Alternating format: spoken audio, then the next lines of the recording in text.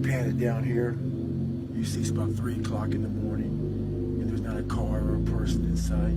If you pan over here, it's the same thing. Not a car or a person in sight. People want to know where I find my strength at, where I get my strength. I get it from a lot of places, but right now, this morning, I'm getting it from, there's not a motherfucker that's up. There's not a car, there's not a person. Everybody's in their bed, sleep, dreading that it's a Monday, hate it's a Monday, and I'm loving it. I'm loving it. Where everybody's getting weaker, I'm getting stronger. It's not about the running, the swimming, the push-ups, the sit-ups. It's about what those things do for your mentality. You don't get better on the daggone couch. You get better by coming out here and getting the fuck after it every daggone day. Stay hard. It was what it's all about. Yeah. I don't care how good you are in anything. You don't have discipline. You ain't nobody. Right. You're nothing without discipline. Because you give up under the slightest struggle without discipline. 100%. Who fought in these wars. You have no idea how big of a deal this is to me. I was not always this strong guy you see. I went through a lot of hard times in my life to get here today. Suffering before your mind starts saying we need self-talk. So what I tell myself is I go back to the months and years of preparation to get to that day. And I'm telling myself, the 3:30 in the morning, and I'm looking at my shoes, and I want to go out there and run 30 miles. I have to, in that second, in that moment of this self-talk, my mind saying, you gotta find more, you gotta find more. I once again calm down, go back into my mind, in my cookie jar, I call it, and I have to reflect back on the shit I did to get here. And that becomes my self-talk. Self-talk does not work unless it is real. Most of us lie to ourselves in the self-talk. It doesn't work. It has to be real. It has to be something that you've done to make it really work. Be the guy who embraces the ugly, the miserable. Be the guy who embraces hard work, the grind. Don't be afraid of being hurt. Don't be afraid of sacrificing some blood. Every morning, every day of our lives, we have choices to make. You have the choice to stay in bed, to say, forget it, I'm not gonna work out today, or forget it, I'm not gonna work hard today. You always have a choice every single day of your life. A lot of times I'll be in a 200-mile run or something like that, and I'm all jacked up. Body's broken, mind's broken, spirit's broken. I started to say, what if I can pull this off? When I first walked into the Navy SEAL recruiter's office, he looked at me and said, there's only been 35 African Americans in 70 years make it through. You know what I said to myself? What if I can be the 36th? It's the what if I can pull off a fucking miracle. What if I can become someone that no one thinks I can be? And just me talking about that, I have the hair going up on my arms because it makes me just like, what if? There's nothing you're gonna say, there's nothing you're gonna fucking do that's gonna outweigh anything I've already said to myself.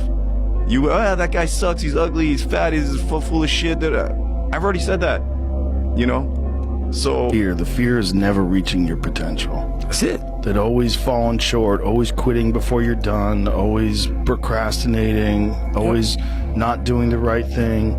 And then one day you're an old man. Yep. And you look back and go, God, I could have been great. Yep. I could have been great. I never forget one time I was running by a graveyard when I was fucking just trying to become, I was fat. And I ran by a graveyard and I looked out there and I have all these epiphanies, man. I have all these fucking moments of it's crazy, man, of this thought. Cause I'm always by myself. I'm always in deep fucking thought about how to be better. And I look out there, I'm like, man, I wonder how many of you motherfuckers in there fucking just are so upset with how you lived your life and fucking just regret how you lived it. And I'm running a 300-pound man thinking, man, don't fucking die like this, bro. Don't die like this. So people wonder where this shit comes from me. It comes from such deep thought of trying to see what this is all about. What is this life all about? What am I all about? Why am I here? You know, I had to find purpose. And my suffering, it had a purpose. It had a fucking purpose.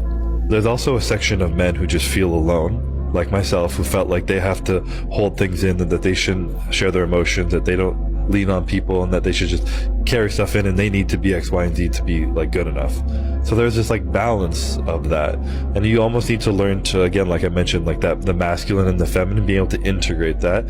I feel like a real man is confident and comfortable enough to embrace the feminine energy he has in him. If he's emotional, let it out, but also have that masculine side of it, be like, I'm gonna be emotional right now, but I'm still gonna go and fuck shit up right now, you know? I'm still gonna take charge of what I want with my life. I'm gonna work fucking hard and be disciplined, but I'm gonna accept that sometimes I'm gonna break down, and it's gonna be, I'm not saying that women break down, but there's more emotion over there, and allow it to feel it and to ask for help and to lean on people and be able to balance those two, and that like yin and yang. I think that's what's missing personally. Right? Like you can be going as fast as possible in the wrong direction, and it actually takes you further away from the destination. This is something that a lot of people, I call it the manopause, which is mid-20s toward late 20s. A lot of guys, it seems like you had yours earlier, realize that a lot of the values that they hold, a lot of the things that previously they took a sense of self-worth from, that the world told them that they should value, they don't make them feel fulfilled anymore. And they go, oh fuck, like I got toward the top of this mountain and I realized that it was the wrong mountain that I climbed, and actually I was supposed to be on that one over there. And it's difficult because in order to get to that one, you need to go back down this one that you've already climbed. You need to dispense with the stuff that you've got rid of. This is why I think introversion is such a cheat code, because like I feel like you're less at the mercy of other people's desires. Because even like for me, I noticed that if the more frequently and the more for a sustained period of time I'm involved in certain just patterns of behavior, oftentimes socially or just what I do in general, you just become locked in those patterns and it becomes more difficult. You have more of like a narrow perspective. So, you know, the brain's malleable, it just gets programmed in that way and you're just kind of operating that way.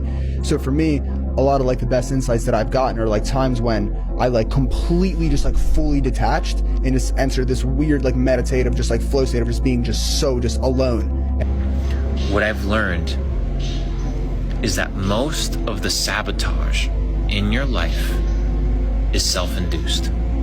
Hear me out, okay? Most of the sabotage that is self-induced in life is because you do not have the self-regulation to do that which you know you need to do. So you need to be able to ask yourself, right? You know you need to go to the gym. You know you need to start this business. You know you need to read this book, but you don't do it. Why? Why don't you do it? Not, oh, I didn't do it today. No, why didn't you do it? Why did you cave to the nonsensical bullshit and the perspective that you're above the grind, you're above the work, you're above the consistency? Because these are the things that are holding you back. We understand that consistency compounds. I've said this once and I'll say it again. But why is it that you know what to do, but you don't do it? Don't just say, oh, because I'm lazy. No, that's not good enough. Right? No, it's not that you're lazy. Something else is wrong. You need to be able to identify these things. And once you identify these things, you're able to tackle them effectively. It's because I fought for it. Because no one gave it to me. Because it was just me alone in the gym, me alone in the mirror, me alone in my head. No one did it for me.